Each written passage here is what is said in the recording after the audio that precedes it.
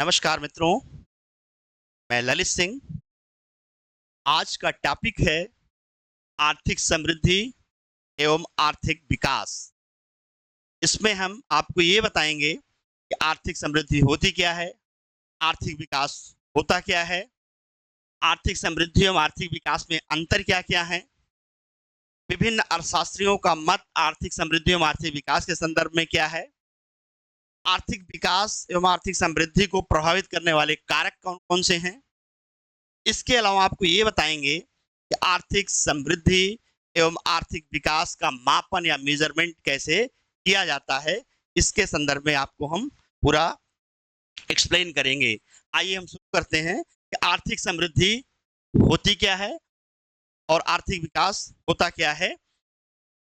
सबसे पहले प्रारंभ में किसी भी अर्थव्यवस्था में हो रही आर्थिक क्रियाएं दीर्घ काल में दो प्रकार के परिवर्तनों को जन्म देती हैं। वो दो प्रकार के परिवर्तन हैं आर्थिक समृद्धि एवं आर्थिक विकास।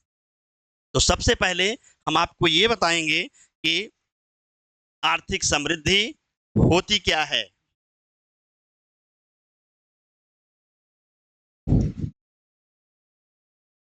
आर्थिक समृद्धि या इकोनॉमिक ग्रोथ होता क्या है। अर्थव्यवस्था के समग्र चरों जैसे जीडीपी, अर्थव्यवस्था के समग्र चरों जैसे GDP, GNP, GNP, per capita income में परिवर्तन जिन्हें नापा जा सके उसे इकोनॉमिक ग्रोथ कहते हैं या आर्थिक समृद्धि कहते हैं। जब इन परिवर्तनों के साथ साथ जब इन परिवर्तनों के साथ साथ जब इन परिवर्तनों के साथ साथ गुणात्मक परिवर्तन भी शामिल कर लिए जाएं, इन परिवर्तनों के साथ साथ जब गुणात्मक परिवर्तन या क्वालिटेटिव चेंजेस को शामिल कर लिया जाए तो इसे कहेंगे आर्थिक विकास। तो इसको कहते हैं आर्थिक विकास।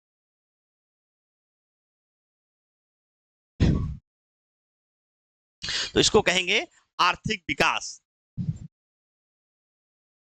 कहने का आशय ये है, सामान्यतः जीडीपी या जीएनपी में वृद्धि अगर हो रही है तो हम ये कहते हैं कि वो इकोनॉमिक ग्रोथ है। इकोनॉमिक ग्रोथ है। कहने का आशय ये हुआ कि इकोनॉमिक ग्रोथ में उत्पादन की क्षमता में वृद्धि होती है, उत्पादन की क्षमता में वृद्धि होती है, उत्पादन की क्षमता में वृद्धि होती है, ना कि उत्पादन में वृद्धि। यहाँ पर ये चीज हम आपको क्लियर करना चाहते हैं कि उत्पादन की क्षमता में वृद्धि हो रही है, ना कि उत्पादन में। यहाँ पर आर्थिक समृद्धि के संबंध में जीडीपी के किसी घटक, वो चाहे उत्पादन हो, उपभोग हो, वह चाहे उत्पादन हो, उपभोग हो, उत्पादन, उपभोग, निवेश तथा सरकारी व्यय, निवेश तथा सरकारी व्यय, निवेश तथा सरकारी व्यय में अगर उत्तरोत्तर वृद्धि हो तो वह इकोनॉमिक ग्रोथ कहलाती है। इकोनॉमिक ग्रोथ या आर्थिक समृद्धि यह वस्तुनिष्ठ होती है, वस्तुनिष्ठ प्रकार की होती है, वस्तुनिष्ठ होती है यानी ऑब्जेक्टिव, यह ऑब्जेक्टिव होती है। और जो आर्थिक विकास है, आर्थिक विकास एक व्यापक संकल्पना है। आर्थिक विकास व्यक्तिनिष्ठ होता है। आर्थिक विकास से आशय जब सामाजिक, सांस्कृतिक एवं आर्थिक, गुणात्मक एवं परिमाणात्मक, आर्थिक विकास में गुणात्मक एवं परिमाणात्मक दोनों प्रकार के जो परिवर्तन शामिल होते हैं तब इसे हम आर्थिक विकास कहते हैं। आर्थिक विकास वस्तुतः ये मानव विकास ही है। यह वस्तुतः मानव विकास है, ह्यूमन डेवलपमेंट है। ह्यूमन डेवलपमेंट कहने का से जो आर्थिक विकास है, आर्थिक विकास तभी कहा जाएगा जब जीवन की गुणवत्ता यानी कि क्वालिटी ऑफ लाइफ में सुधार हो, मानव पूंजी में वृद्धि हो और असमानता में कमी हो, तब वो क्या कहलाएगी? आर्थिक विकास। अर्थात आर्थिक विकास सामाजिक समता के साथ साथ आर्थिक समृद्धि ही आर्थिक विकास कहलाता है। ये चीजें क्लियर हो रही हैं? आर्थिक समृद्धि और आर्थिक विकास में अंतर क्या है? आर्थिक यह तभी संभव है जब आर्थिक समृद्धि के लाभों का अपेक्षाकृत समतापूर्ण अगर वितरण है तो वह आर्थिक विकास कहलाएगा। आर्थिक विकास क्या होता है? यह व्यक्तिनिष्ठ होता है या सब्जेक्टिव होता है?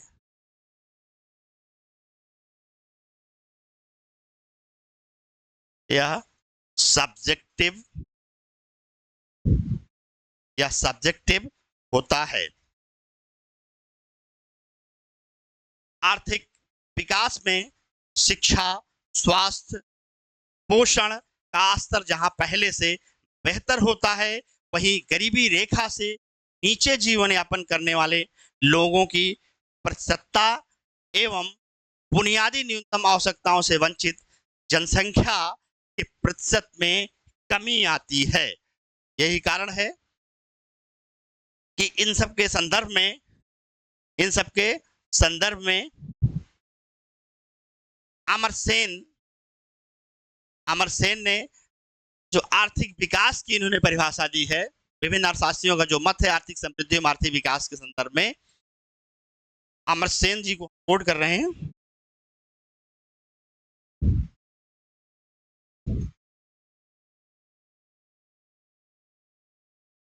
अमर्त्य सेन प्रसिद्ध अर्थशास्त्री हैं, इनको नोबेल पुरस्कार भी मिला है।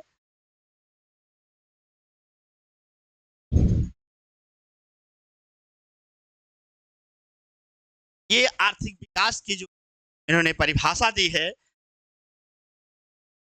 वह अधिकारिता एवं सक्षमता के आधार पर, अधिकारिता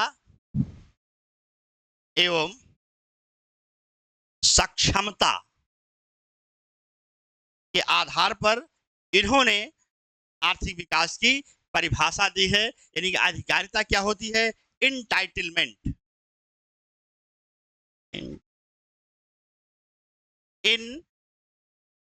इनटाइटलमेंट, इनटाइटलमेंट, इनटाइटलमेंट और सक्षमता होती है कैपेबिलिटीज।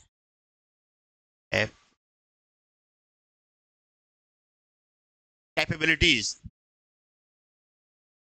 अमर सेन जी का यह कहना है कि अधिकारिता से आशय लोगों में ऐसी अनुकूल परिस्थितियों का निर्माण कर सकें या ऐसी अनुकूल परिस्थितियों का निर्माण किया जाए जो अपने अधिकारों के प्रति सजग हों, और यह जो अधिकारियों के प्रति सजग होंगे यह आएगा कैसे? यह शिक्षा, स्वास्थ्य एवं पोषण से संबंधित अगर बेहतर सुविधाएं उन्हें उपलब्ध हैं तब उनकी अधिकारिता में वृद्धि होगी। और सक्षमता जो कैपेबिलिटीज है, अधिकारिता कुछ कार्य करने की क्षमता जन्म देती है।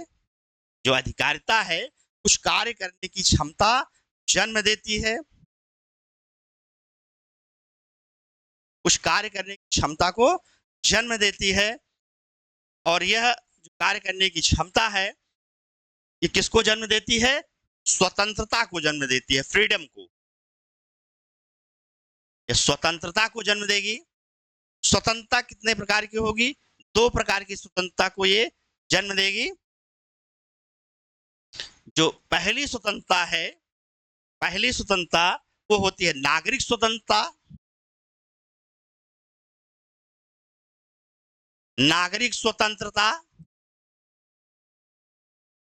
और दूसरी राजनैतिक स्वतंत्रता।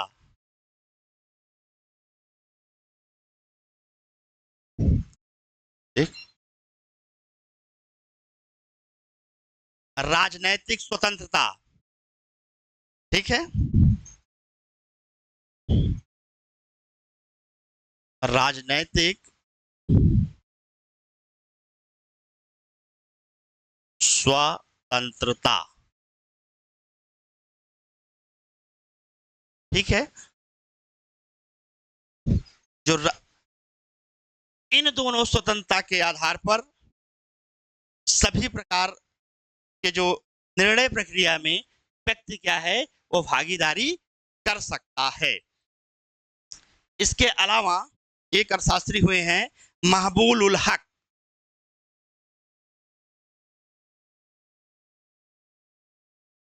एक अर्थशास्त्री हुए हैं महबूब उल हक। ये पाकिस्तानी अर्थशास्त्री हैं। इन्होंने जो आर्थिक विकास की परिभाषा दी है, एक्चुअली जो महबूब उल हक हैं ये एसडीआई के प्रतिपादक हैं, जो 1990 में यूएनडीपी ने तैयार किया। इनका यह कहना है कि जो आर्थिक विकास है, इन्होंने आर्थिक विकास को गरीबी के विरुद्ध लड़ाई के रूप में परिभाषित किया है। इन्होंने कहा कि गरीबी चाहे जिस रूप में हो, इन्होंने आर्थिक विकास को एक हथियार के रूप में इसका प्रयोग किया है। इनका यह कहना है कि जो आर्थिक विकास का लक्ष्य है वह कुपोषण, बीमारी, अशिक्षा, निरक्षरता, गंदगी, विषमता आदि को वह रिड्यूस करेगी। ये प्रोफेसर महबूब उल हक का कहना है। यानी कि कहने का आशय ये हुआ कि आर्थिक विकास एक व्यापक अवधारणा है जो अपने आप में सामाजिक विकास, आर्थिक समृद्धि एवं इंक्लूसिव ग्रोथ, समावेशी विकास को अपने में सम्मिलित करता है या किया है। आधुनिक अर्थशास्त्री, कुछ आधुनिक अर्थशास्त्री भी हैं। वो आधुनिक अर्थशास्त्री में कुछ आधुनिक अर्थशास्त्री हैं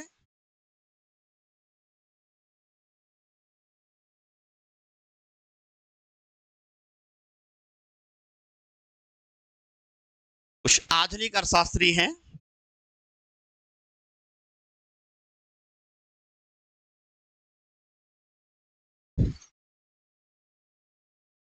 उसमें श्रीमती उर्सला हिक्स हैं, उसमें श्रीमती उर्सला हिक्स हैं। इन्होंने आर्थिक समृद्धि एवं आर्थिक विकास के संबंध में जो परिभाषा दी है, इनका यह कहना है कि जो आर्थिक समृद्धि है वो विकसित देशों के संदर्भ में सच है, क्योंकि वहां पर संसाधनों का पूर्ण विदोहन हो चुका है।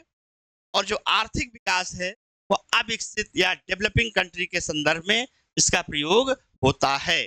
ये उर्सला हिक्स ने कहा। प्रोफेसर शुम्पीटर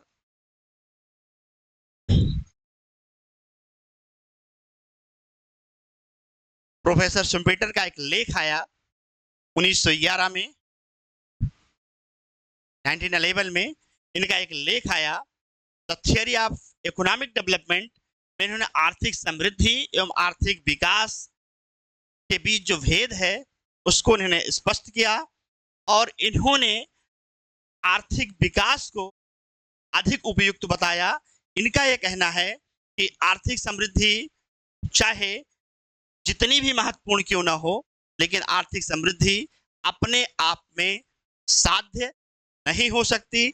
आर्थिक विकास के लिए आर्थिक समृद्धि आवश्यक है।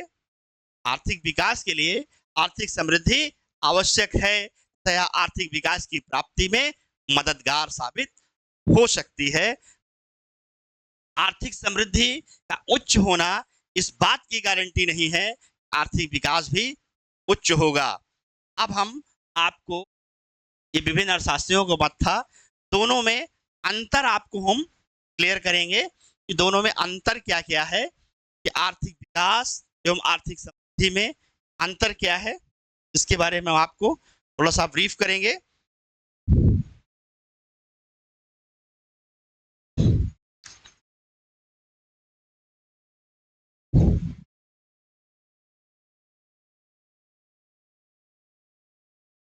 चलिए एक ऐसे टेबल बनाते हैं।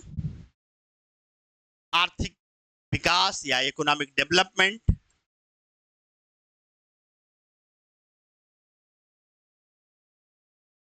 ये हुआ आर्थिक समृद्धि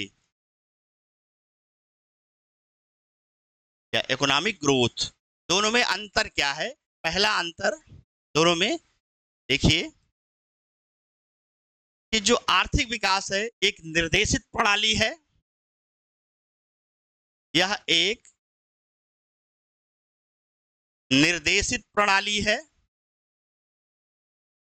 और जो आपकी आर्थिक समृद्धि है यह एक स्वचालित प्रणाली है। आर्थिक समृद्धि एक स्वचालित प्रणाली है। चलिए इस पे नंबर 2,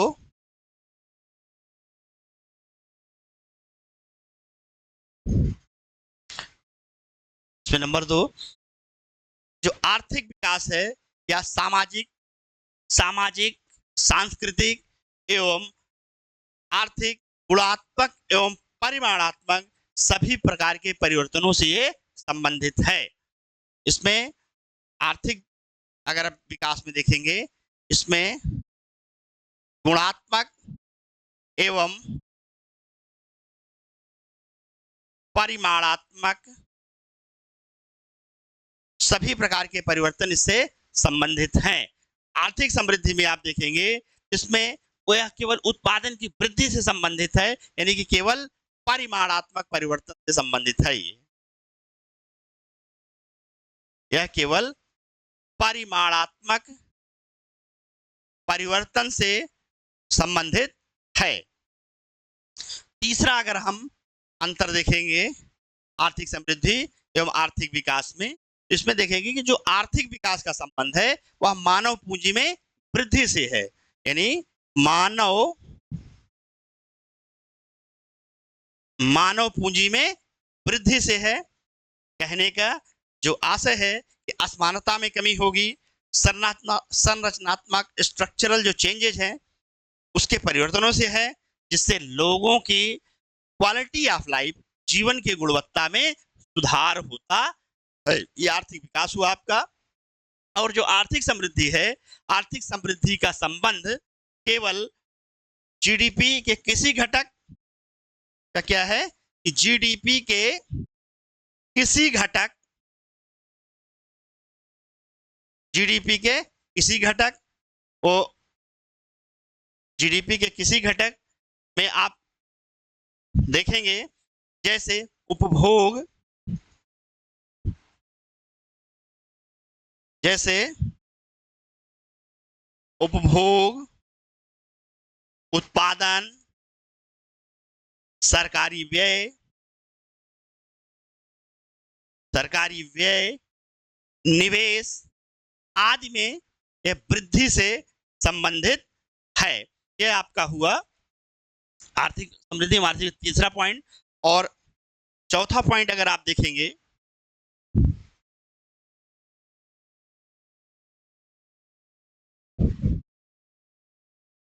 चौथा पॉइंट अगर आप देखते हैं तो चौथे पॉइंट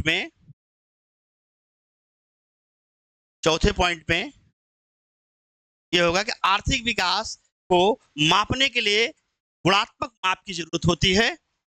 आर्थिक विकास को मापने के लिए इसमें गुणात्मक माप या मेजरमेंट की जरूरत होती है।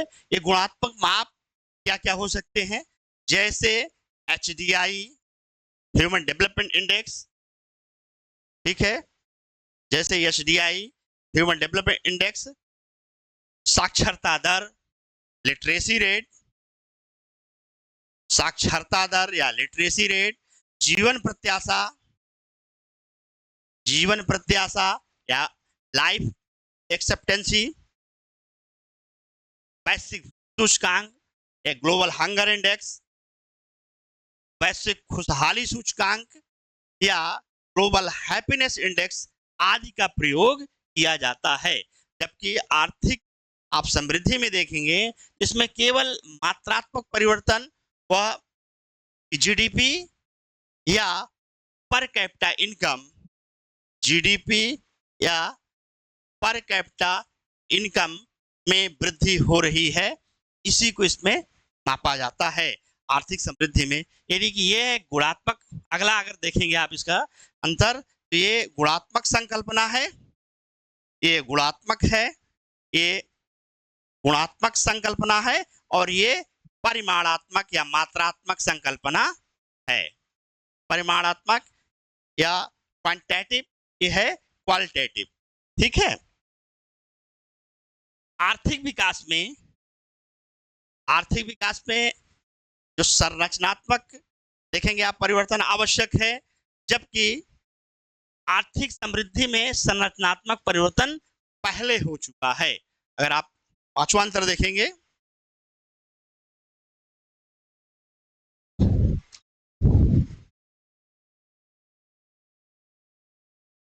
ठीक है, अगर अगला अंतर आप देखेंगे,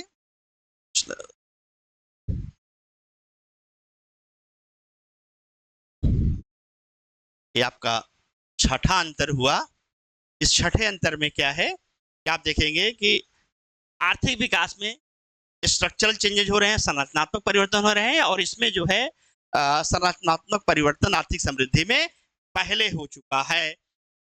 यहां पर हम आपको और चीजें एक्सप्लेन करेंगे, जैसे कि आप देखेंगे कि जो 70 के दशक में आप देखेंगे कि आर्थिक समृद्धि एवं आर्थिक विकास में कोई विशेष अंतर नहीं था, सेम समझा जाता था, किंतु बाद में इसमें भेद स्थापित किया गया कि आर्थिक समृद्धि आर्थिक विकास का एक भाग है, एक भाग के रूप से वर्णित किया गया।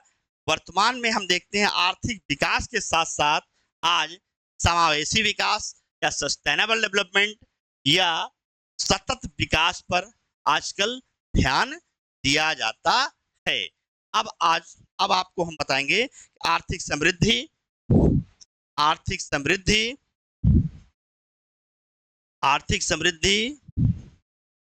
एवं आर्थिक विकास को प्रभावित करने वाले कारक कौन कौन से हैं। आर्थिक समृद्धि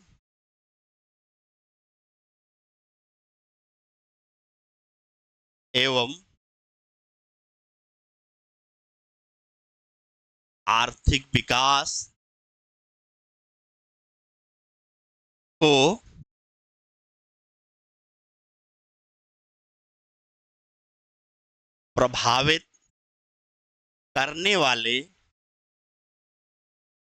प्रभावित करने वाले कारक कौन कौन से हैं या फैक्टर कौन कौन से हैं। ठीक है, इसमें पहला फैक्टर क्या है, यानी कि factor affecting economic growth and economic development, कौन कौन से फैक्टर्स हैं जो आर्थिक समृद्धि में आर्थिक विकास को प्रभावित करने वाले कौन कौन से कारक हैं। में पहला जो कारक है वह है प्राकृतिक संसाधन।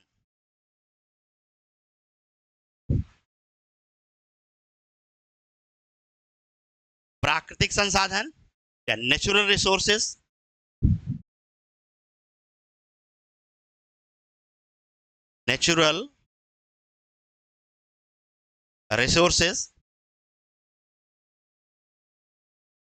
किसी भी अर्थव्यवस्था के विकास को प्रभावित करने वाले जो मुख्य कारक हैं वो प्राकृतिक संसाधन है। क्या है प्राकृतिक,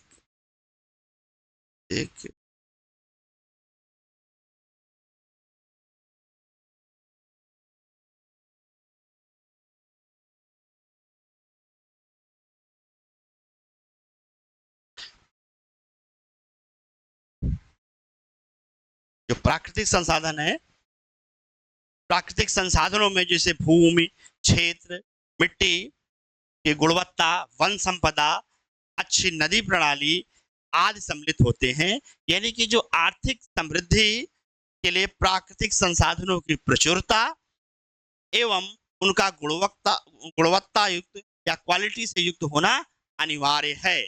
लेकिन अच्छे प्राकृतिक संसाधनों की उपलब्धता आर्थिक समृद्धि के लिए आवश्यक शर्त नहीं है। तो ऐसे भी देश हैं जिसमें आपका स्विट्जरलैंड है, जहां प्राकृतिक संसाधनों का अभाव है। अगर आप देखेंगे तो डेवलप्ड कंट्री है स्विट्जरलैंड। पर कैपिटा इनकम के हिसाब से अगर 2021 का आप सेंसस लेंगे, डेटा लेंगे, तो पूरी दुनिया में तीसरे नंबर की कंट्री है जो पर कैपिटा इनकम के मामले में। तो आर्थिक समृद्धि, आर्थिक विकास को जो प्रभावित करने वाले कारक हैं, पहला कारक है प्राकृतिक संसाधन और दूसरा कारक है, पहला संसाधन प्राकृतिक संसाधन हुआ पहला जो कारक है। दूसरा है पूंजी निर्माण, कैपिटल फॉर्मेशन।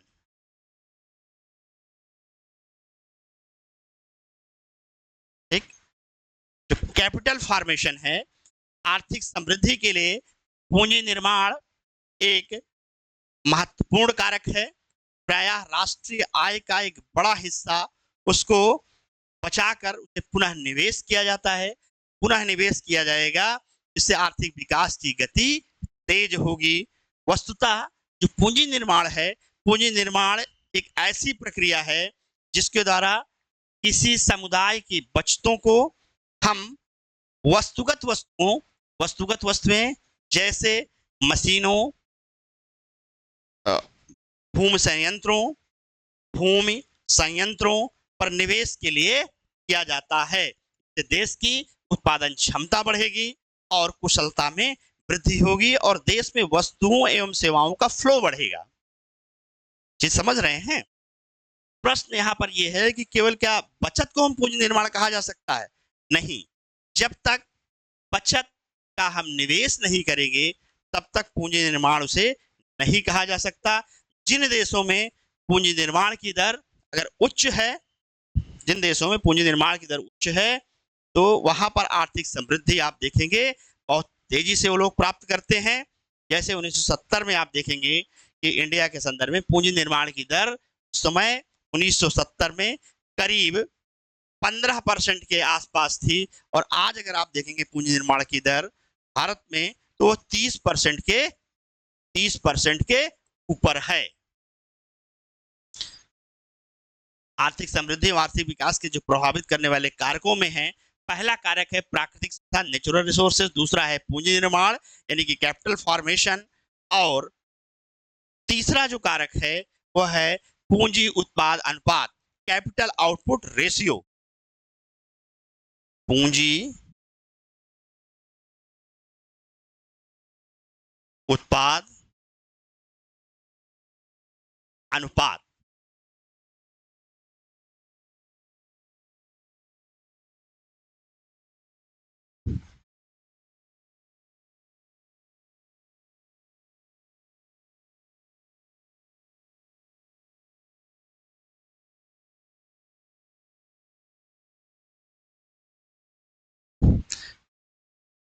तीसरा जो आपका आर्थिक समृद्धि और आर्थिक विकास को जो प्रभावित करने वाले कारक हैं, उसमें आपका जो तीसरा कारक है वह है पूंजी उत्पाद अनुपात।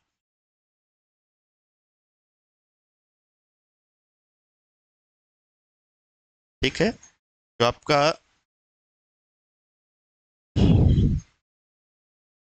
तीसरा कारक है वह है पूंजी उत्पाद अनुपात, यानी कि जो कैपिटल आउटपुट रेशियो। पूंजी उत्पाद अनुपात होता क्या है? सबसे पहले आपको ये बताना चाहेंगे कि पूंजी उत्पाद अनुपात होता क्या है। उत्पादन की प्रति इकाई पर लगने वाली जो पूंजी की मात्रा है, यानी कि उत्पादन की प्रति इकाई पर लगने वाली पूंजी की मात्रा पूंजी उत्पाद अनुपात कहलाता है। जैसे पूंजी उत्पाद अनुपात अगर 3:1 है, यानी कि 1 इकाई के उत्पादन के लिए हमें 3 यूनिट या 3 इकाई पूंजी की आवश्यकता पड़ेगी और इसी पूंजी उत्पाद अनुपात के आधार पर हम उत्पाद पूंजी अनुपात भी निकालते हैं। उत्पाद पूंजी अनुपात या आउटपुट कैपिटल रेशियो निकालते हैं। जो उत्पाद पूंजी अनुपात है, यानी कि प्रति इकाई पूंजी पर प्राप्त होने वाला उत्पादन क्या है, यह उत्पाद पूंजी अनुपात और पूंजी उत्पादन अनुपात दोनों एक दूसरे के रेसिप्रोकल होते हैं। यानी कि किसी भी अर्थव्यवस्था में के लिए अगर पूंजी उत्पाद अनुपात यानी कि उत्पादन की प्रति इकाई के लिए आवश्यक पूंजी की मात्रा अगर ये जितना कम है उतना फायदेमंद है, और उत्पाद पूंजी अनुपात यानी कि जो पूंजी की उत्पादकता को शो कर रहा है कि आपने जो पूंजी लगाया उससे उत्पादकता में कितनी वृद्धि हुई है, उत्पादन क्या है, ये इसका ज्यादा होना ये इकोनॉमी के लिए बेहतर होता है। ये आर्थिक समृद्धि और आर्थिक विकास को प्रभावित करने वाले महत्वपूर्ण कारकों में है। और जो आपका जो चौथा कारक है, आपका जो चौथा कारक ये है, उसमें तकनीकी उन्नति या टेक्नोलॉजिकल प्रोग्रेस। तकनीकी उन्नति या टेक्नोलॉजिकल प्रोग्रेस, यह क्या होता है, आर्थिक समृद्धि के प्रभावित करने के लिए तकनीकी उन्नति अत्यंत महत्वपूर्ण कारक है। अच्छी तकनीकी से उत्पादकता में तीव्र वृद्धि होगी और कम संसाधनों का प्रयोग होगा। चौथा और पांचवा आपका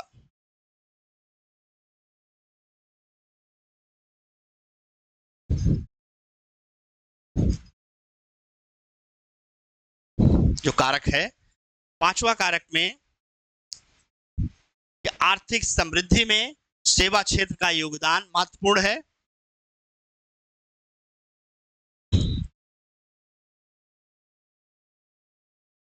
आर्थिक समृद्धि में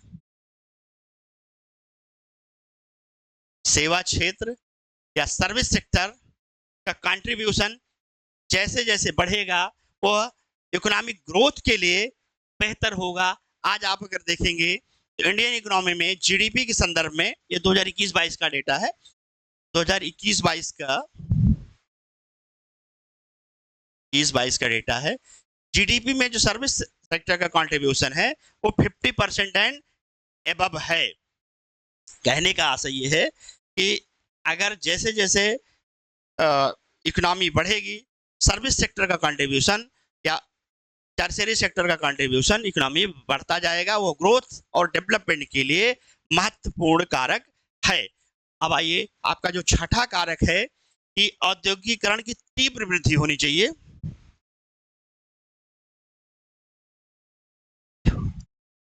जो औद्योगिकीकरण है, इंडस्ट्रियलाइजेशन है, कि तीव्र वृद्धि, रैपिड ग्रोथ,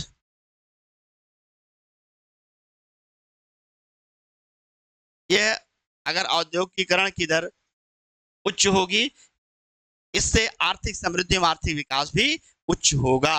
और आपका जो सातवां आर्थिक समृद्धि आर्थिक विकास को प्रभावित करने वाले कारक हैं, वो आपका इकोनॉमिक सिस्टम है या आर्थिक प्रणाली है, या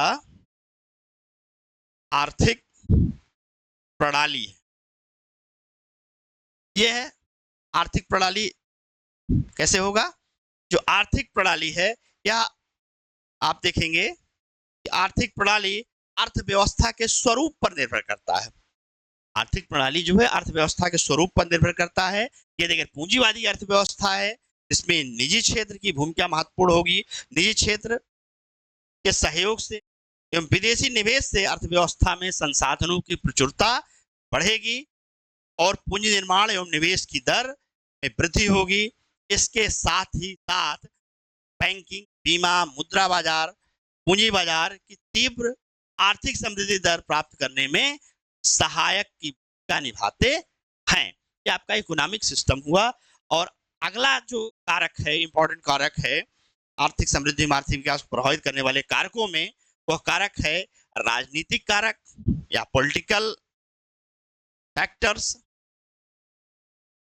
आपका जो राजनैतिक कारक है या पॉलिटिकल फैक्टर्स, उन पॉलिटिकल फैक्टर्स में ये होगा कि आर्थिक समृद्धि के लिए राजनीतिक स्थिरता या पॉलिटिकल स्टेबिलिटी, मजबूत प्रशासन अनिवार्य एवं सहायक है। यानी कि मिनिमम गवर्नमेंट मैक्सिमम गवर्नेंस का नारा होना चाहिए। यह आर्थिक समृद्धि में आर्थिक विकास को प्रभावित करते हैं। और विदेशी व्यापार की स्थितियां अगला कारक है। विदेशी यानी कि जो फॉरेन ट्रेड हो रहा है, विदेशी व्यापार की स्थिति एवं नीतियां, विदेशी व्यापार की स्थिति एवं नीतियां, विदेशी व्यापार की स्थिति एवं नीतियां 1991 में, जैसे मैंने लिबरलाइजेशन, उदारीकरण, प्राइवेटाइजेशन और ग्लोबलाइजेशन को अपनाया, यानी कि एलपीजी को जब अपनाया, भारतीय अर्थव्यवस्था का जुड़ाव विश्व की अर्थव्यवस्था से हो गया। इससे क्या हुआ कि जैसे हमारी विदेशी व्यापार नीति का जो लक्ष्य है कि 2030 में इंडियन इकोनॉमी के लिए 2000 अरब डॉलर तक अपने एक्सपोर्ट को हमें पहुंचाना है। विदेशी निवेश, विदेशी मुद्रा भंडार, आज विदेशी मुद्रा भंडार में दुनिया में 5वें नंबर पर है। एवं सकारात्मक भुगतान संतुलन भी आर्थिक विकास की समृद्धि दर को प्रभावित करते हैं। और जो 10वां है इसका फैक्टर, आर्थिक समृद्धि एवं आर्थिक विकास को जो प्रभावित करने वाला जो 10वां फैक्टर है, वह फैक्टर यह है कि कृषि का विक्रय अधिशेष, कृषि का विक्रय अधिशेष, जो कृषि का विक्रय अधिशेष है, यानी कि जो सेल सरप्लस ऑफ एग्रीकल्चर है, किसी देश के आर्थिक विकास के लिए जरूरी है कि कृषि उत्पादकता एवं उत्पादन में वृद्धि हो। परंतु इससे भी महत्वपूर्ण यह है कि कृषि का जो विक्रय अधिशेष में वृद्धि हो। यानी कहने का आशय ये है, जैसे जैसे डेवलपमेंट होता है, लोगों का शहरों की ओर पलायन होता है। जब शहरों की ओर पलायन होगा तो खाद्यान्न वस्तुओं की मांग लगातार बढ़ती जाती है। अगर इस मांग को आपने पूरा नहीं किया, अगर आपके पास कृषि का विक्रय शेष नहीं है, तो सीधी सी बात है, जो विकास की प्रक्रिया में बाधा आएगी। ठीक है। और एक और कारक है जो इसको प्रभावित करते हैं कि मानव संसाधन, ह्यूमन रिसोर्सेस। अगर ह्यूमन रिसोर्सेस स्किल्ड है तो उससे उत्पादकता बढ़ेगी और उसको रीजनेबल तरीके से या युक्त तरीके से उसको हम सही से इकोनॉमी में यूज करेंगे और ग्रोथ में वृद्धि होगी। और ग्रोथ में वृद्धि होगी।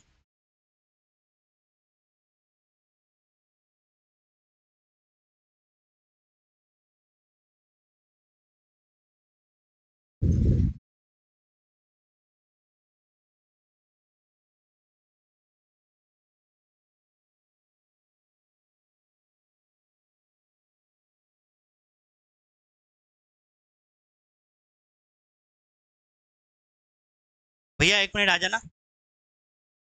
हर्ष, हर्ष।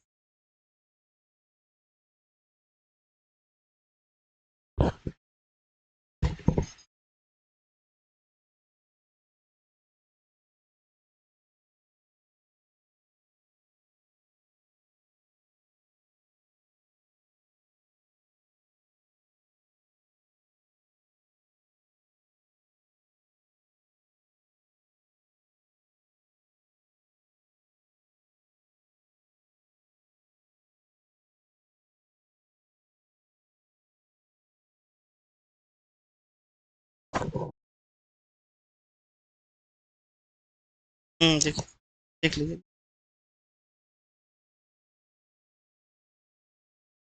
सॉरी, टेक्निकल एरर आया।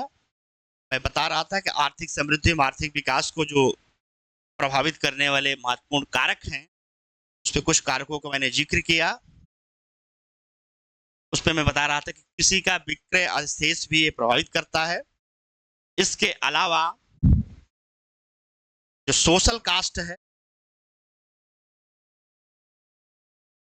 सोशल कास्ट या सामाजिक लागतें आर्थिक समृद्धि एवं आर्थिक विकास के लिए यह भी एक जरूरी है। एक्चुअली सरकार अपने नागरिकों को बेहतर आधारभूत संरचना इंफ्रास्ट्रक्चर के साथ साथ सामाजिक सुविधाएं प्रदान करती है। अनेक सामाजिक एवं आर्थिक विकास के कार्यक्रमों का सरकार संचालन करती है।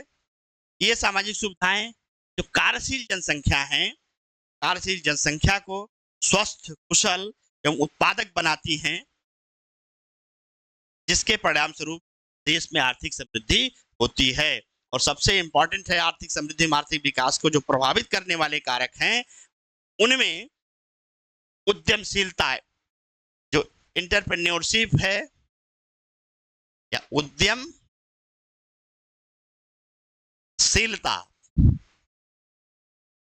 इसमें क्या है कि निवेश के नए अवसरों का पता लगाने की योग्यता की ओर ये संकेत करती है उद्यमशीलता या इंटरप्रेन्योरशिप। इससे इससे जोखिम उठाने या जो रिस्क उठाने तथा नई इकाइयों में निवेश करने की इच्छा में तीव्र वृद्धि होती है।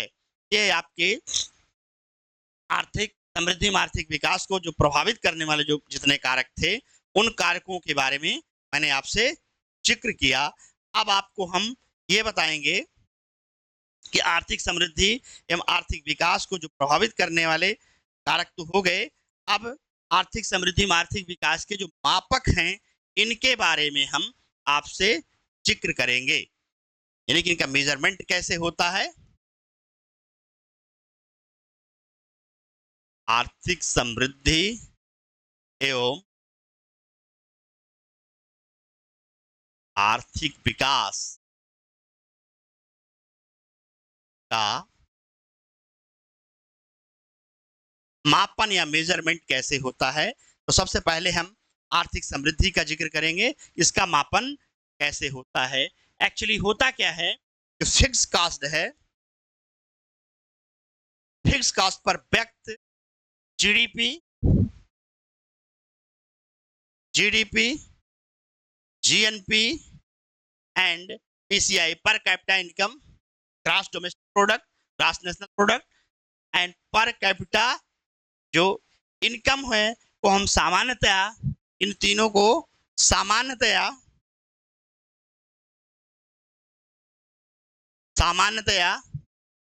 हम आर्थिक समृद्धि के मापक के रूप में स्वीकार करते हैं।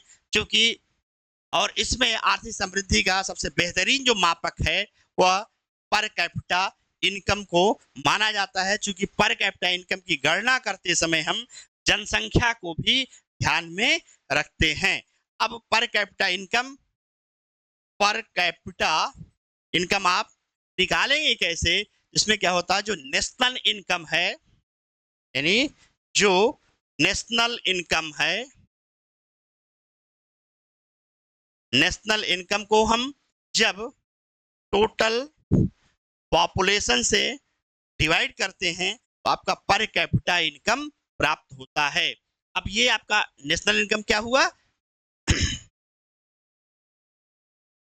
एनएनपी एट फैक्टर कास्ट, ये आपका जो है नेशनल इनकम हुआ।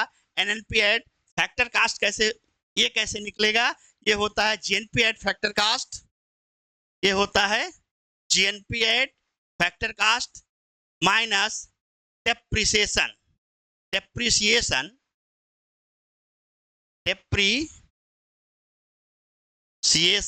या मूल्य ह्रास के माध्यम से एनएनपी एट फैक्टर कास्ट को हम निकालते हैं।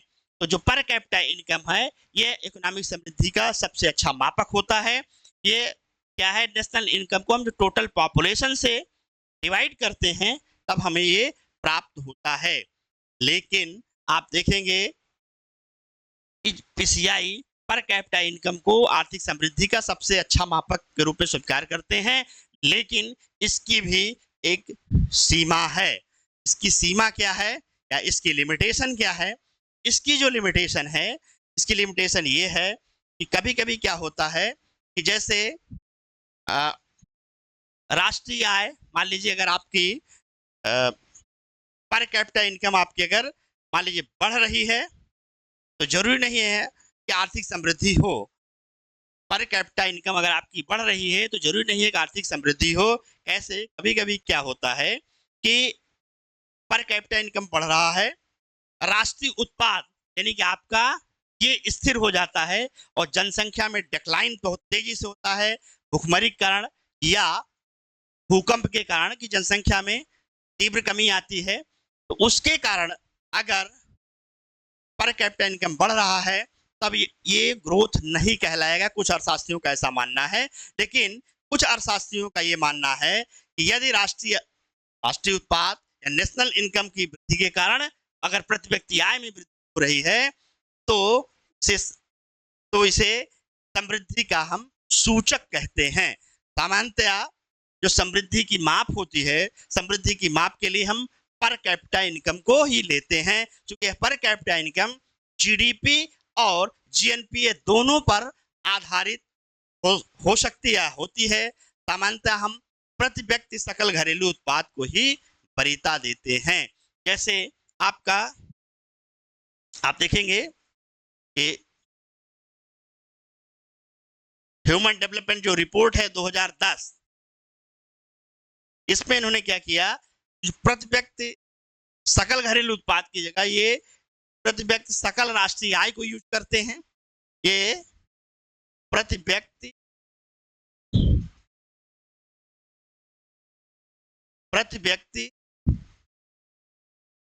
सकल राष्ट्रीय आय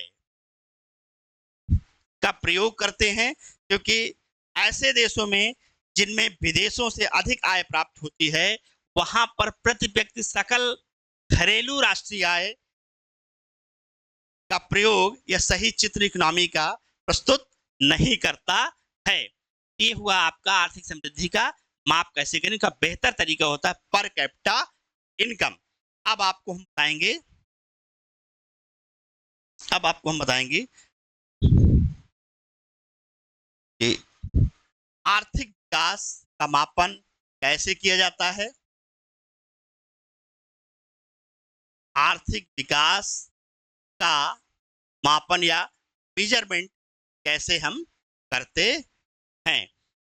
राष्ट्रीय आय तथा प्रति व्यक्ति राष्ट्रीय आय में वृद्धि आर्थिक विकास की एक आवश्यक दशा है। ठीक है, मेरा कहने की सेंस ये कि राष्ट्रीय आय तथा प्रति व्यक्ति राष्ट्रीय आय में वृद्धि आर्थिक विकास की एक आवश्यक दशा है, क्योंकि आर्थिक विकास में ही आर्थिक समृद्धि समाहित है। यदि अन्य बातें समान रहें तो प्रति व्यक्ति वास्तविक आय में वृद्धि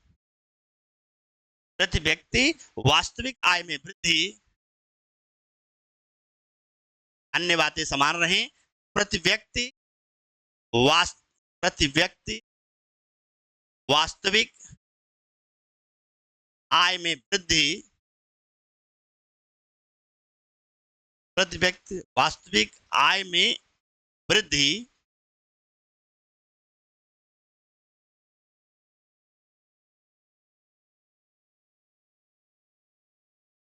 प्रति व्यक्ति यदि अन्य बातें समान रहें तो प्रति व्यक्ति वास्तविक आय में जो वृद्धि आर्थिक विकास लाएगी, यानी प्रति व्यक्ति आय और राष्ट्रीय आय, प्रति व्यक्ति वास्तविक आय और राष्ट्रीय आय ये अगर देखेंगे दोनों में जो वृद्धि हो रही है इसका मात्रात्मक या परिमाणात्मक माप तो संभव है।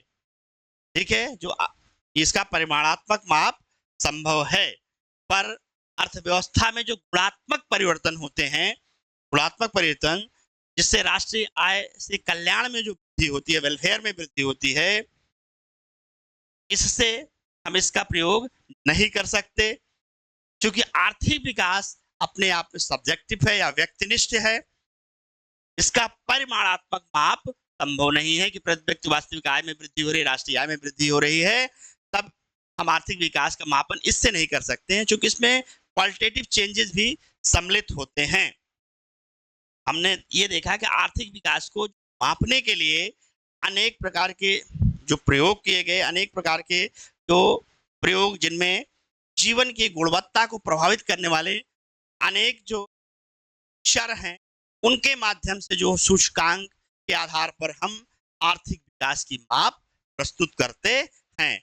हम देखते हैं कि जो आर्थिक विकास है, आर्थिक विकास के संदर्भ में इसका मापन कैसे होता है, इसके संदर्भ में बहुत सारे अप्रोच आए, बहुत सारे दृष्टिकोण आए। उन दृष्टिकोणों का हम जिक्र करेंगे कि आर्थिक विकास का मापन कैसे होता है, क्योंकि इसमें क्या होता है कि जो विभिन्न देशों में आर्थिक विकास के मापन तुलनात्मक उनकी स्थिति को हम प्रकट करने के लिए कुछ दृष्टिकोण का प्रयोग देखने को मिलता है।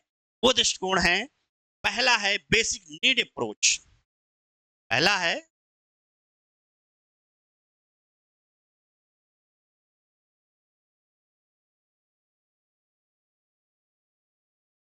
Basic need approach.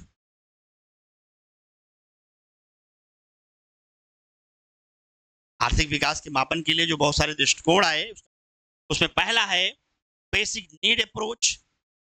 तो आपका जो बेसिक नीड अप्रोच है, बेसिक बेसिक नीड अप्रोच में इसमें इसको सबसे पहले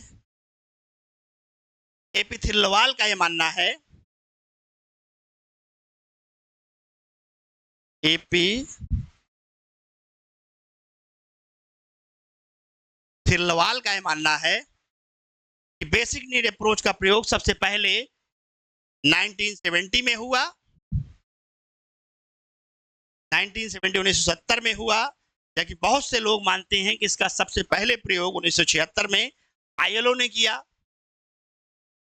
सबसे पहले प्रयोग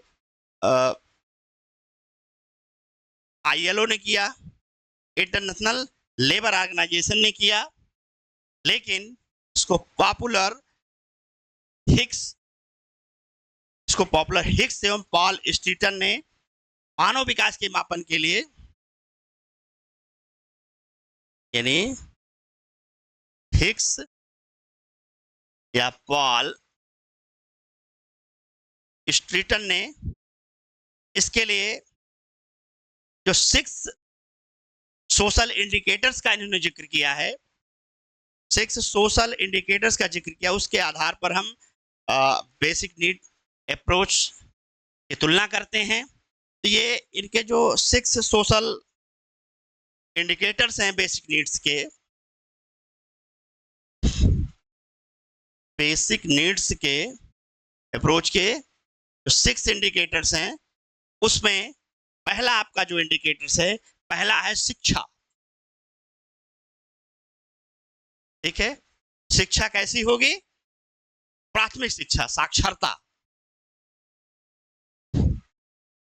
प्राथमिक शिक्षा, प्राइमरी एजुकेशन, साक्षरता,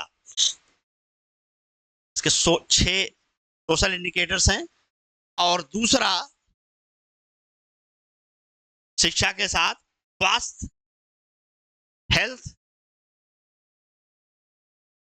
या जीवन प्रत्याशा। तीसरा सोशल इंडिकेटर्स क्या है? तीसरा सोशल इंडिकेटर खाद्य, प्रति व्यक्ति कैलोरी की पूर्ति, खाद्य यानी प्रति व्यक्ति कैलोरी की पूर्ति। और चौथा इनका जो इंडिकेटर्स है, चौथा इंडिकेटर्स है स्वच्छता,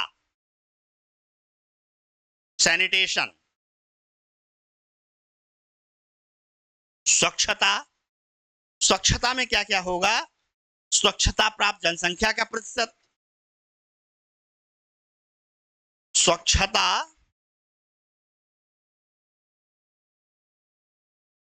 स्वच्छता प्राप्त जनसंख्या का प्रतिशत, पॉपुलेशन का प्रतिशत, और इसमें होगा बाल मृत्यु दर, बाल मृत्यु दर या child mortality rate, child mortality rate. ठीक है, इसके 4 सोशल इंडिकेटर्स, और पांचवा इसका जो सोशल इंडिकेटर्स है वह है जलापूर्ति। जल की आपूर्ति सही ढंग से हो रही है कि नहीं, ये स्वच्छ जलापूर्ति प्राप्त जनसंख्या। और छठा इसका सोशल इंडिकेटर्स जो है वह है आवास। ठीक है, आवास ऐसा है या कोई नहीं है। ठीक है, ये इनके 6 सोशल इंडिकेटर्स है, इसको हिक्स और पाल स्ट्रीटर ने दिया। अगला जो आर्थिक विकास का जो मापन हम करते हैं उसके संदर्भ में जो अगला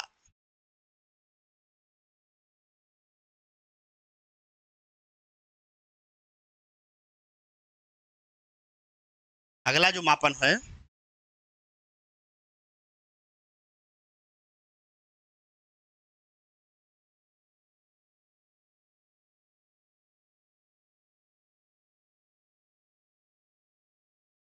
अगला मापन आर्थिक विकास जीवन की भौतिक गुणवत्ता निर्देशांक। आर्थिक विकास जो मापन करेंगे अगला है यानी कि दूसरा, जीवन की भौतिक गुणवत्ता निर्देशांक। जीवन की भौतिक गुणवत्ता निर्देशांक या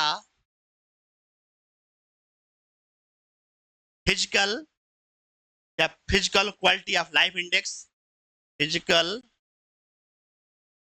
क्वालिटी ऑफ लाइफ इंडेक्स, यानी कि शॉर्ट फॉर्म में PQLI। ठीक है, इसको ध्यान देना, ये फैक्चुअल इंफॉर्मेशन है कि सबसे पहले इसको मौलिक रूप से सोचने का इसे जो श्रेय है जॉन टिनवर्जन को जाता है।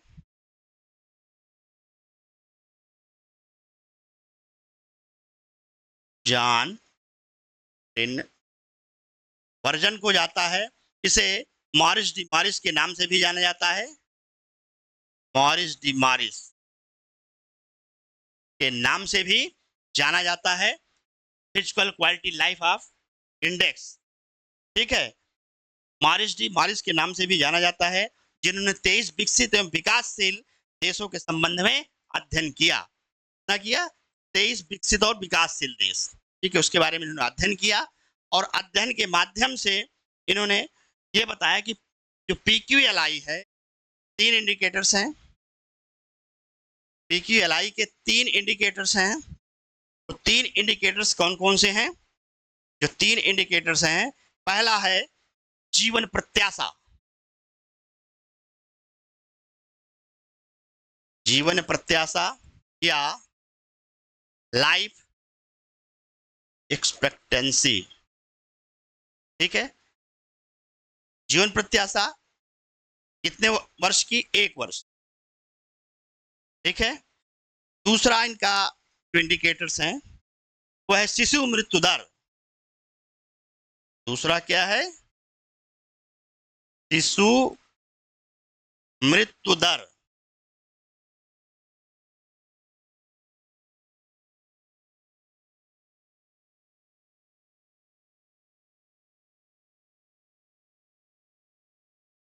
शिशु मृत्यु दर यानी कि infant mortality rate,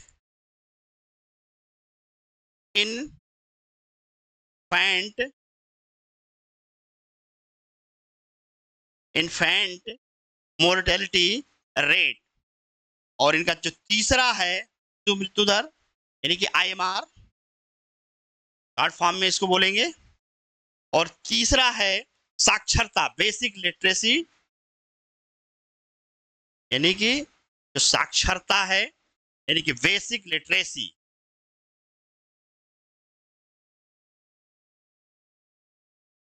basic literacy है, आप देखेंगे, ठीक है। इन्होंने क्या किया है कि उपरोक्त तीनों को मिलाया क्यूएलआई में, क्या क्या, लाइफ एक्सेप्टेंसी इंडेक्स को, लाइफ एक्सेप्टेंसी इंडेक्स को, और दूसरा है इन्फेंट मोर्टेलिटी मोर्टेलिटी इंडेक्स को, और तीसरा है आपका basic literacy index, basic literacy index, basic literacy index. इन तीनों संकेतकों का औसत निकालते हैं, इन तीनों संकेतकों का हम औसत निकाल करके हम पीक्यूएलआई का मान ज्ञात करते हैं, सूचकांक को हम ज्ञात करते हैं। पीक्यूएलआई का अधिकतम मूल्य, इसकी जो वैल्यू होती है 0 से 100 के बीच में, ये अधिकतम मूल्य इसका 100 होता है। 100 का आशय जो हुआ यानी कि उत्तम स्थिति का परिचायक है, ये उत्तम स्थिति का परिचायक है, और ये खराब स्थिति का परिचायक है। ये आपका हुआ पीक्यूएलआई। क्योंकि एचडीआई जो है, एचडीआई की वैल्यू 0 से 1 के बीच होती है, ठीक है, कंफ्यूज मत होइएगा। जो एचडीआई की वैल्यू होती है वो 0 से 1 के बीच होती है। तीसरा जो आर्थिक विकास का जो मापन की बात होती है, उसमें है आपका major economic welfare, major economic welfare, major economic, major economic आपका जो है वो तीसरा होगा मेजर इकोनॉमिक वेलफेयर।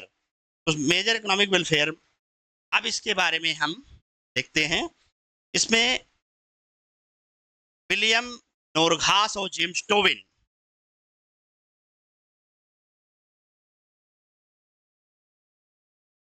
विलियम नोरघास और जेम्स टोविन दो अर्थशास्त्री हैं। इन्होंने मेजर इकोनॉमिक जो वेलफेयर है, मेजर इकोनॉमिक जो वेलफेयर है, इन दो अर्थशास्त्रियों ने जो जीवन की गुणवत्ता में सुधार, क्वालिटी ऑफ लाइफ में जो इम्प्रूवमेंट होता, सुधार की माप के लिए विलियम नोरघास और जेम्स टोबिन ने जीवन की गुणवत्ता में सुधार की माप के लिए major economic welfare, MEC, MEC,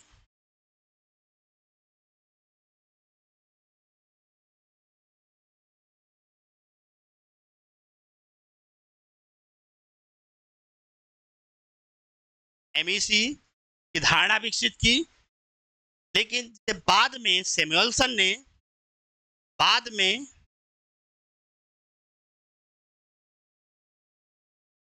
Samuelson एक प्रसिद्ध अर्थशास्त्री, अमेरिकी अर्थशास्त्री हैं, नोबेल प्राइज विनर हैं, इन्होंने इसे संशोधित किया और इसका नाम एनईडब्ल्यू रखा। एनईडब्ल्यू का आशय क्या हुआ? Net economic welfare, net economic, net economic